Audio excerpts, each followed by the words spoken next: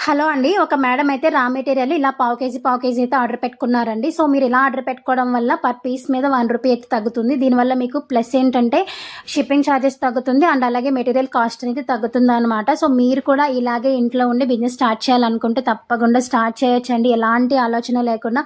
అందరూ ఏమంటున్నారంటే బ్యాగ్స్ కుట్టేస్తాం ఓకేనండి. ఎక్కడ సేల్ చేయాలి, ఎలా సేల్ చేయాలని అడుగుతున్నారు.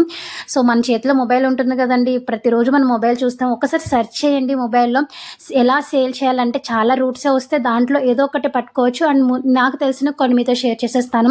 ఫస్ట్ మీ ఇరుగు పొరుగు వాళ్ళకి చూపించండి. చిన్న చిన్న హ్యాండ్ పర్సెస్, హ్యాండ్ పౌచెస్ తోటే స్టార్ట్ చేయండి. పెద్ద పెద్ద బ్యాగ్స్ కాకుండా.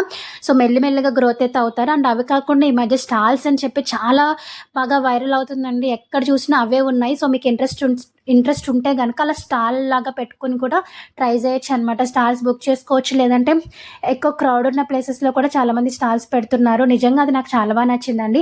అవి కాకుండా మీరు వాట్సాప్‌లో స్టేటస్‌లో పెట్టుకోవచ్చు. ఒక గ్రూప్ క్రియేట్ చేసి గ్రూప్‌లో పెట్టొచ్చు. వన్స్ మీరు కన్సిస్టెన్సీగా వర్క్ చేస్తూ మీ బ్యాగ్స్ అనేవి ఫినిషింగ్ నీట్‌గా ఉండి పైన క్లాత్ అనేది కలర్‌ఫుల్‌గా ఉంటే డెఫినిట్‌గా ఆర్డర్స్ వచ్చేస్తాయండి. ఈరోజు మీరు బ్యాగ్ కుట్టేసారు, రేపే ఆర్డర్ వస్తుందని అయితే నేను చెప్పను. చాలా టైం పడుతుంది.